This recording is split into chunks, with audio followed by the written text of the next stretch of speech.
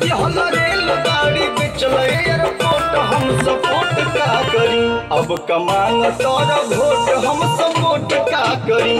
अब कमांग तोर वोट हम सपोर्ट का करी। एक लाइन क्रॉस में चला जाएगा, क्रॉस दिवा दीजिए, एगो कोरस हो जाएगा लास्ट में। हां ठीक है बेच दिहल रेलगाड़ी, बेच दिहल रेलगाड़ी। कोनो दिक्कत ना ठीक ना बहुत बढ़िया, बिना कोरस के ना होइत क्रॉस चाहिए ना ना, क्योंकि सामाजिक मैटर है तो हम अकेला नहीं कहत, ये हमार पूरा जनता का था। हां बेच दिहल रेलगाड़ी गाली ना पुरानका ना गाली नहीं के, हम पुरानका देखत रहनी है थोड़ा सा कि वो में फ्रेश बेच दिहल रेलगाड़ी बेचल एयरपोर्ट हम सपोर्ट का करी। अब कमांग तोर वोट हम सपोर्ट का करी। अब कमांग